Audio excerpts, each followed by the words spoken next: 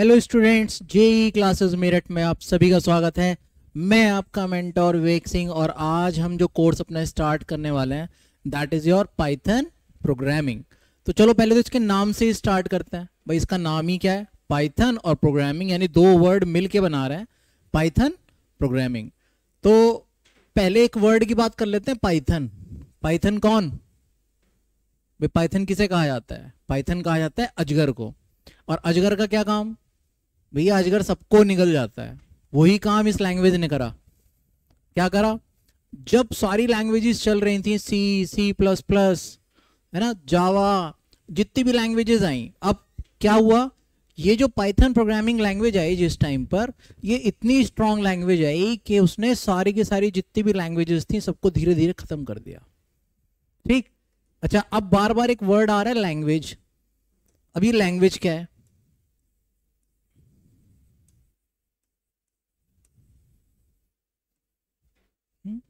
Language, what do mean by language? Language है क्या?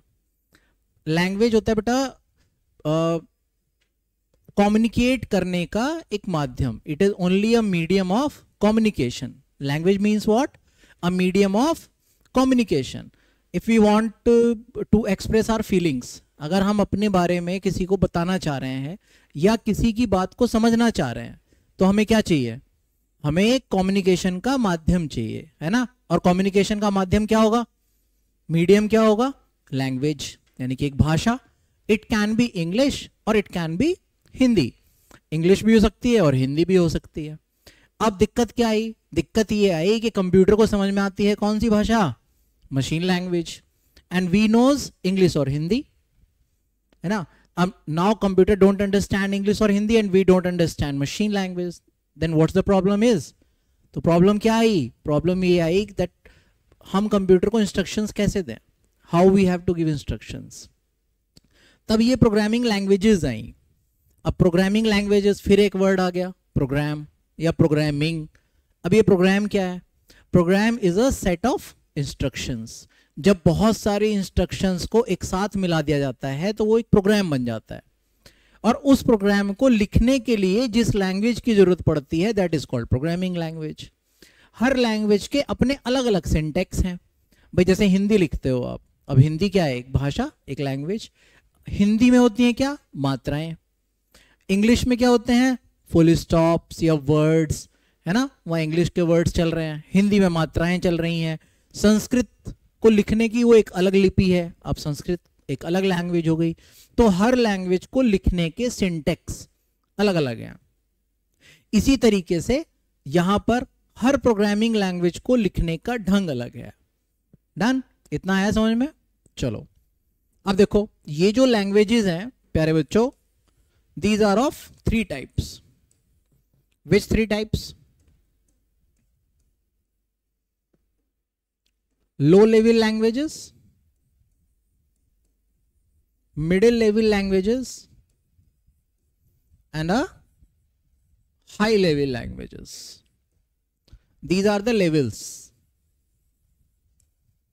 Now what are these levels are? Now what do you understand by the levels? Levels means किस स्तर की भाषा है। अब देखो, जब स्टार्टिंग हुई, जब कभी लैंग्वेजेस डेवलप हुई, उस टाइम पर चला करती थी लो लेवल लैंग्वेजेस। सबसे पहली जो लैंग्वेजेस आई वो लो लेवल लैंग्वेजेस थी। उसके बाद आई मिडिल लेवल लैंग्वेजेस, और अब जो लैंग्वेजेस आ रही हैं those are high level languages. चलो लो लेवल को तो अगर हम छोड़ ही दें, अब अगर मिडिल और हाई लेवल की ही बात करी जाए तो इनमें क्या डिफरेंसेस है? चलो लो और हाई में क्या डिफरेंस है? देखो, जो लो लेवल लैंग्वेजेस थी, सबसे पहले तो वो प्लेटफॉर्म इंडिपेंडेंट नहीं थी। अब ये प्लेटफॉर्म इंडिपेंडेंट क्या है? प्लेटफॉर्म इंडिपेंडेंसी क्या है? प्लेटफॉर्म इंडिपेंडेंसी है that if we create a program, if we create a software and we created it on a system that was dual core या core to dual, है ना। एक hardware मैंने यूज करा जो dual core था या core to dual था या core i3 था। मैंने एक हार्डवेयर यूज करा and I created a software.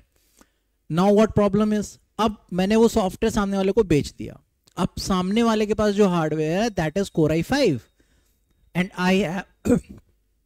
I have developed my software on core i3। तो अब क्या दिक्कत आई? उसके सिस्टम पे जाके मेरा सॉफ्टवेयर चला ही नहीं, हो गई दिक्कत। तो इसका मतलब क्या है? वो जो सॉफ्टवेयर मैंने क्रिएट करा, it is not platform independent. ये प्लेटफॉर्म इंडिपेंडेंट नहीं था, ये प्लेटफॉर्म से बंधा हुआ था। जिस सिस्टम पर बनाया गया उसी सिस्टम पर रन करेगा, या उसी कॉन्फ़िगरेशन का कोई दूसरा सिस्टम होगा वो उस पर रन करेगा। ठीक, ये प्रॉब्लम थी लो लेवल लैंग्वेजेस की। अब उसके बाद आ गई हाई लेवल लैंग्वेजेस। ये प्लेटफॉर्म इंडिपेंडेंट है, किसी पे भी बनाओ किसी पे भी चलाओ, बहुत बढ़िया। उसी तरीके से हाई लेवल लैंग्वेजेस में और बहुत सारे फीचर्स हैं। ठीक, तो अभी हम लोग बहुत लेवल्स की बात नहीं करेंगे, अगर मैं लेवल्स में घुस गया तो ये बहुत बड़ा काम हो जाएगा। हम बात कर रहे हैं पाइथन प्रोग्रामिंग लैंग्वेज की। तो इतना समझ में आ गया? ठीक है, लैंग्वेजेस 3 तरीके की हो गई, low level, middle level, high level. इनमें से पाइथन कौन से लेवल की लैंग्वेज है? High level language. High level languages को आप ये मान सकते हो, इनमें आप जो सोच सकते हो वो कर सकते हो। What ever you can think you can do in these languages. Done. चलो अब हम लोग बात करते हैं वेरिएबल्स की। ठीक है, अभी आप लोग कहोगे सर ये वेरिएबल पे डायरेक्ट ही आ गए, पहले ये तो बताओ पाइथन का प्रोग्राम लिखते कहाँ हैं, रन कहाँ करते हैं, है ना, लिखते कैसे हैं, उसको बोलते हैं सिंटैक्स। ठीक है, उसको मैं धीरे धीरे बताऊंगा आपको सिंटैक्स कैसे है। पहले वेरिएबल समझो। ठीक है, जो पढ़ाता जाऊं वो पढ़ते जाओ, it will be very easy for you. और दूसरी चीज देखो, किसी भी प्रोग्रामिंग लैंग्वेज को सीखने के लिए 2 चीजें होती हैं। एक होता है कॉन्सेप्ट, एक होती है कोडिंग। ये दोनों अलग अलग चीजें हैं। कॉन्सेप्ट इज योर लॉजिक, ये लॉजिक है। लॉजिक मतलब किसी भी काम को करने का तरीका। एक ही काम को करने के बहुत सारे तरीके हो सकते हैं। कोडिंग क्या है? जो मैंने सोचा उसको एक कोड के फॉर्म में लिख देना, दिस इज कॉल्ड कोडिंग। तो कोडिंग एक अलग पार्ट है, कॉन्सेप्ट एक अलग पार्ट है। कॉन्सेप्ट का मतलब है किसी भी प्रोग्राम को सोचना, क्रिएट करना, या इस प्रोग्राम को कैसे बनाया जाए, है ना, इसके ऊपर काम करना। तो मैं आपको क्या सिखाने वाला हूं? मैं आपको सिखाऊंगा सारे टूल्स। टूल्स का मतलब, टूल्स क्या होते हैं? टूल्स होते हैं औजार, है ना। और टूल्स का क्या काम होता है? आपके काम को इजी करना। टूल्स का मतलब है मैं आपको यहां पर सिखाने वाला हूं कोडिंग के वो सारे टूल्स के किस काम को करने के लिए किस टूल की आवश्यकता पड़ेगी, यानी क्या कोड लिखना पड़ेगा, किस कोड का क्या काम है, मैं आपको ये सिखाऊंगा। अब ये जो कॉन्सेप्ट वाला पार्ट है ये हर बच्चे का अलग होता है ना, सबकी सोच अलग, सब अलग ढंग से सोचते हैं। अभी दिखाऊंगा, एक छोटा सा कोड बनाएंगे तो आपको अभी समझ में आएगा ये बात। डन। अच्छा, दूसरी चीज मैं आपको सिखाऊंगा, है ना, तो आप लोग भी सीखने के लिए पढ़ना, पढ़ने के लिए मत पढ़ना। अब देखो पढ़ाई भी 2 तरीके की है। एक तो सिर्फ इसलिए पढ़ी जा रही है कि मैं इसको पढ़ूंगा, पढ़ के एग्जाम दूंगा और एग्जाम में मैं पास हो जाऊंगा। ये तो हो गया सिर्फ पढ़ने के लिए पढ़ना, इसके लिए नहीं पढ़ना। हमें किसके लिए पढ़ना है? हमें पढ़ना है नॉलेज के लिए। मैं तुम्हें पढ़ाऊंगा भी नॉलेज के लिए। तो आप सभी लोग इसीलिए पढ़ना कि आपको इससे नॉलेज लेनी है, क्योंकि पाइथन आज के टाइम पे बहुत ही स्ट्रांग लैंग्वेज है। आर्टिफिशियल इंटेलिजेंस का बहुत स्कोप है।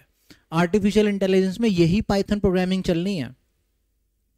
जितना भी एसक्यूएल एक डेटाबेस है, ओरेकल कंपनी ने बनाया, फिर माई एसक्यूएल माइक्रोसॉफ्ट भी लेके आई, उसके साथ कनेक्टिविटी, आपका शायद लास्ट का यूनिट है मे बी पाइथन से उसकी कनेक्टिविटी। तो पाइथन में आप बहुत बड़े सॉफ्टवेयर्स, बहुत बड़े गेम्स, है ना, जो आप सोच सकते हो वो पाइथन में बना सकते हो। और सबसे बड़ी चीज तो मैंने अभी आपको बताई, artificial intelligence, machine languages, robotics. अगर रोबोट्स बनाए जा रहे हैं, जो मशीन लैंग्वेजेस के कोड हैं वो भी पाइथन में लिखे जा रहे हैं, है ना। तो इसलिए इसको सीखने के लिए सीखना, पढ़ना कि भाई मुझे इसे सीख के अपना कैरियर बनाना है, आगे मुझे इस फील्ड में जॉब करनी है। डन। चलो आगे बढ़ते हैं। चलो भाई बात करो वेरिएबल्स की। अब ये वेरिएबल्स क्या होते हैं बेटा? मैथ्स वाली वेरिएबल्स हैं ये आपके, सिंपल। वेरिएबल मतलब जिसकी वैल्यू वेरी करती हो। ये क्या है? ये है वेरिएबल का नाम, है ना, ये है वेरिएबल नेम। अब ये वेरिएबल जो नेम है, अब इस नेम को कैसे डिफाइन करा जाए, इसके लिए भी कुछ रूल्स बनाए गए। क्या रूल्स बनाए गए? कि भाई साहब जब भी वेरिएबल का आप नाम रखोगे, it should always be started with a letters. It can be small और इट कैन बी कैपिटल. ठीक है, हमेशा जब भी स्टार्ट होगा किससे स्टार्ट होगा, लेटर से स्टार्ट होगा या अंडरस्कोर से स्टार्ट कर सकते हो. डन. नंबर्स का यूज करा जा सकता है. ठीक, किसके साथ, जो आपने लेटर्स यूज करे इन लेटर्स के साथ नंबर्स को यूज करा जा सकता है. लेकिन उसके बाद अगर आप ये लिख देते हो 1A, it is not acceptable. 2A not acceptable. ठीक है, आप लिख देते हो A_1 done, AA done. Why done? Because Python is a case sensitive language. ये ध्यान देना. केस सेंसिटिव लैंग्वेज का मतलब, मैंने अगर यहां लिखा A और ये लिखा A, ये दोनों अलग अलग वेरिएबल हैं. स्मॉल a अलग वेरिएबल है, कैपिटल A अलग वेरिएबल है. AA एक अलग वेरिएबल है, AA एक अलग वेरिएबल है. Done. Because Python is a case sensitive language. तो वेरिएबल्स क्या होंगे समझ में आया. वेरिएबल्स जिनकी वैल्यू वेरी करती हो, मैं जिनको अपनी मर्जी से कुछ भी वैल्यू दे सकूं, वो वेरिएबल्स. वेरिएबल्स को डिफाइन करना समझ में आ गया. इनको आइडेंटिफायर भी कहा जाता है. आइडेंटिफायर क्यों कहते हैं ना, आइडेंटिफायर इसलिए कहते हैं क्योंकि इनसे हम लोग आइडेंटिफाई कर पाते हैं कि भाई मैं इस वेरिएबल को किस लिए रख रहा हूं. जैसे मान लो मुझे दो वैल्यूज लेनी है, तो मैं एक वेरिएबल का नाम रख सकता हूं fval और सेकंड का नाम रख सकता हूं sval, यानी first value second value. Total करने के लिए मैं टोटल नाम का एक वेरिएबल बना सकता हूं. इसलिए इनको क्या कहा गया, इनको कहा गया आइडेंटिफायर्स. तो हम जैसे ये एक आइडेंटिफायर है, ये एक अलग आइडेंटिफायर है और ये एक अलग आइडेंटिफायर है. ठीक है, वेरिएबल समझ में आ गए. अब मुझे अगर वेरिएबल में कोई वैल्यू डालनी हो, है ना, इसको कोई वैल्यू असाइंड करनी हो, then there is a operator equals to. अब ये इक्वल्स टू कैसा ऑपरेटर है, ये एक असाइनमेंट ऑपरेटर है. कैसा ऑपरेटर है, सॉरी, असाइनमेंट.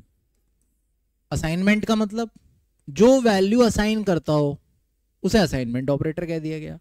मैंने लिख दिया a equals to 5. Now what is the meaning of a equals to 5 is, it means क्योंकि बीच में असाइनमेंट ऑपरेटर है, तो इसने क्या करा, इसके राइट हैंड पे जो भी वैल्यू है उसको उठाया और a को असाइन कर दिया. डन. क्या करा इसने, इसके राइट हैंड पे जो भी वैल्यू है इसने उसको उठाया और a को असाइन कर दिया. डन.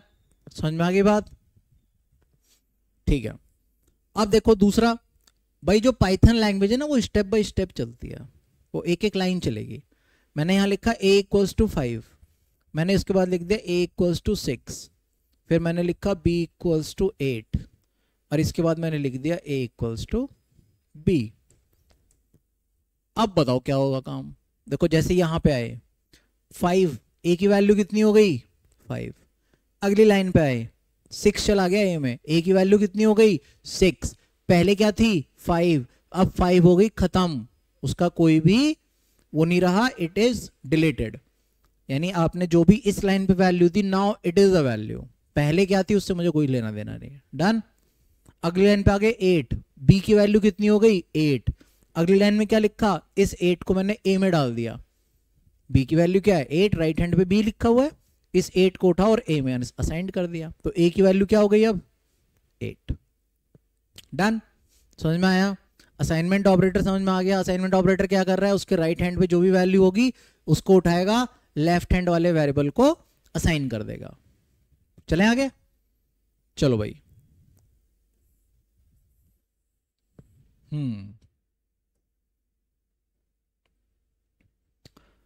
अब देखो, अब मुझे अगर स्क्रीन पर कोई चीज प्रिंट करनी हो, है ना, मैं चाह रहा हूं भाई स्क्रीन पे कुछ प्रिंट हो जाए. क्या प्रिंट हो जाए, कुछ भी हेलो प्रिंट हो जाए. हेलो प्रिंट करना है मैंने, क्या करूं, यहां पे लिखो सिंपल प्रिंट, PRINT. इस चीज का ध्यान रखना because Python is a case sensitive language. If you have to write this print in a small letters or small case, then you have to write it in a small case. अगर आपने इसको capital letters में लिखा, either if you write a P in a capital form, it is wrong. It will give an error. तो अगर small में print लिखा जा रहा है तो आपको स्मॉल में लिखना पड़ेगा. डन. इसके बाद अगर मुझे स्क्रीन पर करना है कुछ प्रिंट, यहां पे लगाओ डबल कोट्स.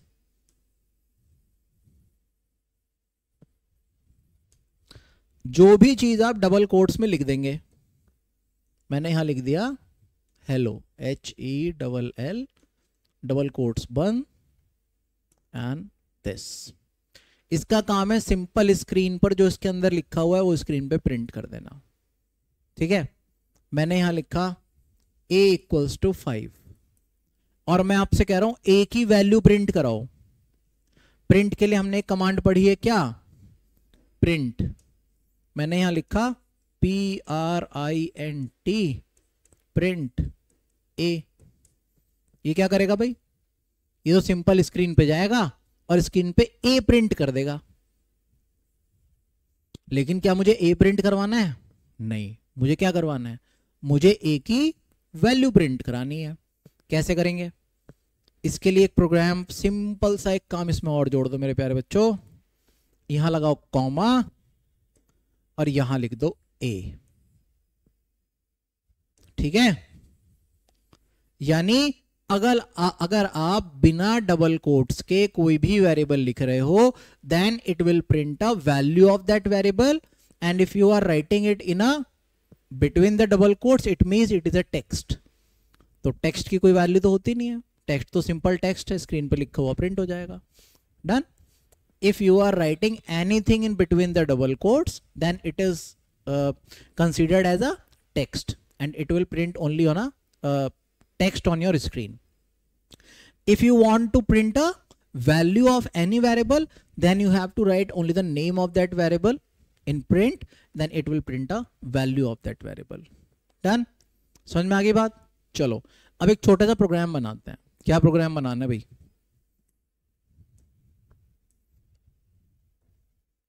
एक प्रोग्राम बनाते हैं. देखो, WAP. What do you mean by WAP? WAP means write a program. Write a program to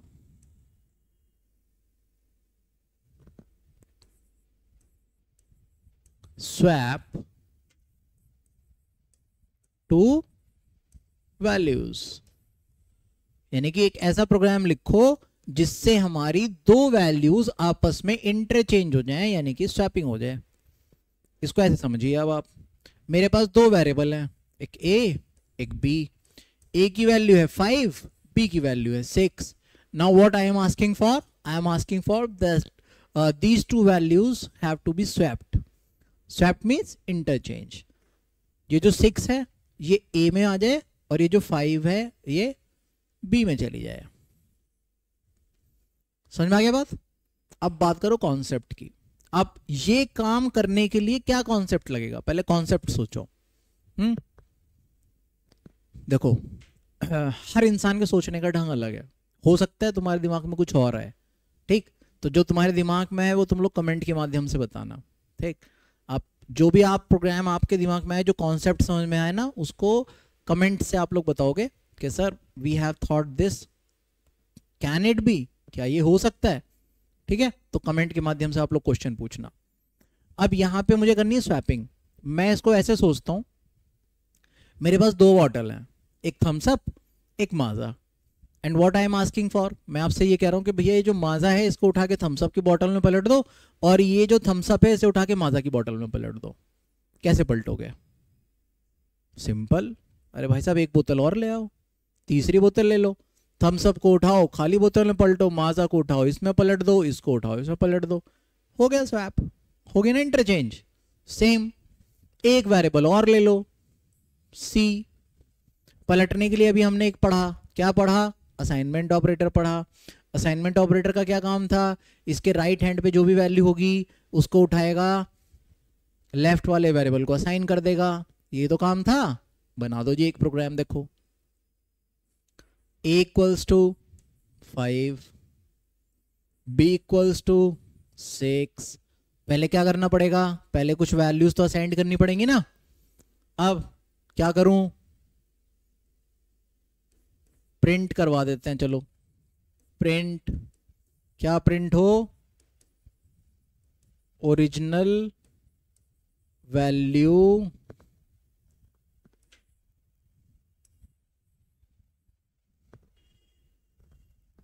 equals to किसकी, A कॉमा B, यानी A और B की स्क्रीन पर वैल्यू प्रिंट हो जाएगी, ओरिजिनल वैल्यू इक्वल्स टू 5,6, ऐसा कुछ प्रिंट हो जाएगा। ठीक है, अब मैं क्या करूं, अब मैं इनको स्वैप करता हूं। देखो A को उठाओ C में पलट दो, B को उठाओ A में पलट दो, इस C को उठाओ B में पलट दो, और अब क्या करा लो, दोबारा प्रिंट करा लो भाई साहब, values after interchange,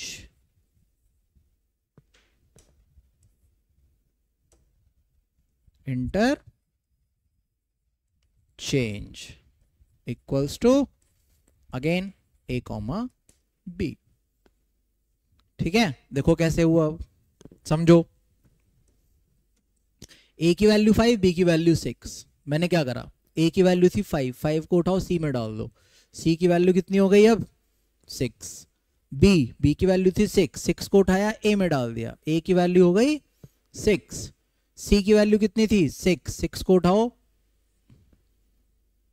O sorry this was 5 ना, A की वैल्यू C में डाली थी तो 5 थी, C की वैल्यू 5 हो गई और 5 चला गया B में, हो गई आपस में इंटरचेंज, डन, आई बात समझ में। ठीक, चलो तुम्हारे लिए एक छोटा सा होमवर्क, ठीक, अगली क्लास में जब आओगे तो उसको बना के लाना। क्या बनाना है, अब मेरे पास तीसरा क्लास नहीं है भाई साहब, अभी मेरे पास 3 ग्लास थे ना, तीसरा ग्लास मैंने ले लिया था, एक थम्स अप थी, एक माजा थी, मैं कह रहा आपस में इंटरचेंज करो, मैं एक तीसरा ग्लास लाया, उठा के अल्टी पल्टी कर ली, अब क्या हुआ, ये तीसरा ग्लास फूट गया मेरे पास से, है ही नहीं, और अब मुझे दोनों वैल्यूज आपस में इंटरचेंज करनी है। ठीक है, तो भाई साहब अब लगाएं आप सब लोग अपना लॉजिक, अपने कॉन्सेप्ट, और बनाकर कमेंट में डाल दें अपने प्रोग्राम्स को। ठीक है, चलिए आज के लिए इतना ही रखते हैं, अगली क्लास में मैं आपको बताऊंगा कि पाइथन के कितने मोड हैं, ठीक, प्रोग्रामिंग कहाँ करते हैं, कौन सा प्लेटफॉर्म है, प्रोग्राम को कहाँ लिखा जाएगा, प्रोग्राम को रन कैसे करा जाएगा, ये हम लोग अपनी अगली क्लास में सीखेंगे। तो मिलते हैं अगली क्लास में, तब तक हंसते रहिए, मुस्कुराते रहिए, जेई क्लासेस के साथ जुड़े रहिए। धन्यवाद, जय हिंद, जय भारत।